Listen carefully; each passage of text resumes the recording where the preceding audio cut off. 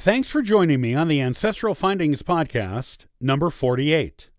Cemetery records, particularly burial records, are invaluable genealogical resources for discovering unknown ancestors. In this episode, I'll show you how to find and use them.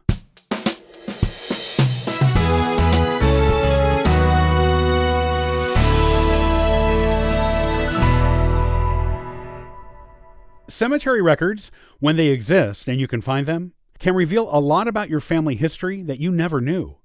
The person who originally purchased a cemetery plot or plots, the trail of ownership of the plot from the original purchaser to the present, and the people buried in the plots, including where they were placed relative to other people in the same plot, can reveal a lot about your ancestors and their lives and relationships with one another. You may even discover ancestors who were previously unknown to you through this type of research, if you can track down the burial records for a particular cemetery. Remember, there are often unmarked graves in cemetery plots, and you may have no idea anyone is there, much less who they are, until you find the written burial records for that plot. If you've been looking for the burial place of a particular ancestor and haven't been able to find it, it could be that it is unmarked, and the burial records of a cemetery will finally reveal its location to you. Most cemeteries that have offices will have a list of burials there, as well as records of who owns and originally purchased particular plots.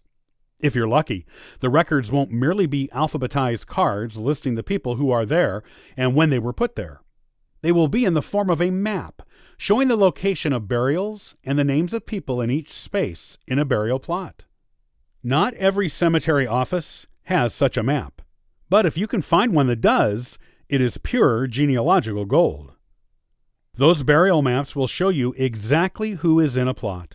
If you come across the name of an ancestor whose burial place you have long sought, it is a huge genealogical victory. If you see names you don't recognize in places that have no markers, you can often figure out who they are with a little additional research. Their name, age, and placement next to or near a certain other person in the plot are all clues as to their identity.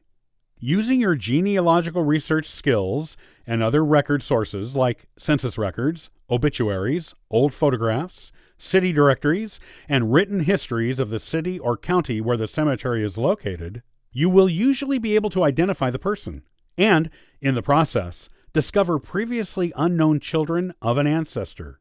Usually ones who died as babies or young children, siblings, aunts, uncles, husbands, wives, and even parents.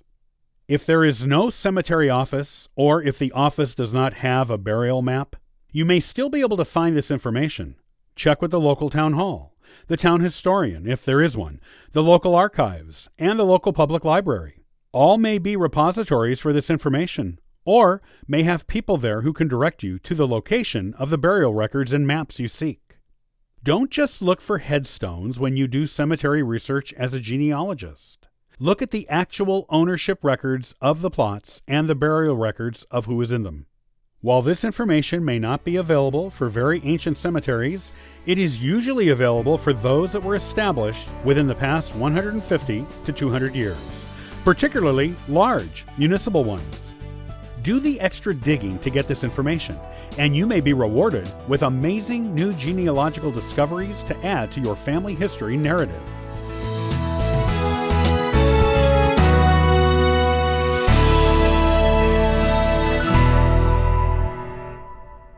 Have you ever wondered what a second cousin 3 times removed is? What does removed even mean in genealogy? Join me for the next Ancestral Findings podcast, and I'll show you how to figure out your cousin relationships.